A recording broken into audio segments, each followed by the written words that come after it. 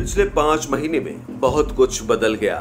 चीन ताइवान की टेंशन से दुनिया अवगत हुई, लेकिन जो नहीं बदला वो रूस यूक्रेन युद्ध। आज भी दोनों देशों के बीच ये युद्ध जारी है।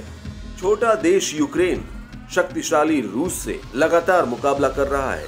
ये सभी को पता है कि एक छोटा देश कभी महाशक्तिशाली देश से इतने लंबे समय तक मुकाबला नहीं कर सकता, लेकिन अमेरिका के सहयोग से यूक्रेन युद्ध के मैदान में लगातार बना हुआ है।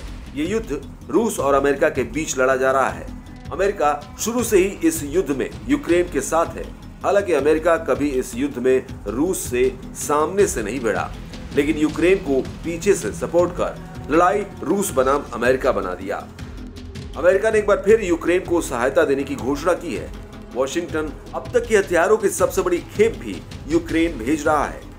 बाइडेन प्रशासन ने सोमवार को इसकी जानकारी देते हुए कहा कि वो यूक्रेन को अभी तक की हथियारों की अपनी सबसे बड़ी खेप की सीधी डिलीवरी कर रहा है।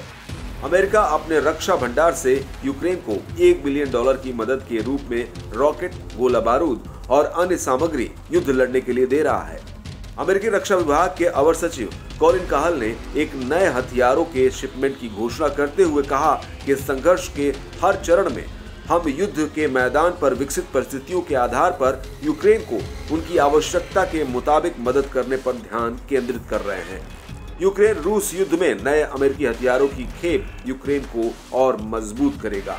न्यूज एजेंसी एपी के मुताबिक इस नई अमेरिकी सहायता में high mobility artillery rocket system, HIMARS, NASAMS rocket, साथ ही हजारों आर्टिलरी राउंड, मोर्टार सिस्टम और अन्य गोला बारूद और उपकरण शामिल है।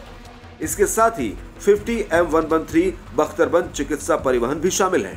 बता दें कि पिछले महीने भी अमेरिका ने यूक्रेन को सुरक्षा सहायता के तौर पर अतिरिक्त $27 करोड़ के पैकेज का ऐलान किया था। इस घोषणा के बाद बाइडेन प्रशासन द्वारा यूक्रेन को दी जाने वाली कुल US सुरक्षा सहायता राशि $9 बिलियन से अधिक हो गई है।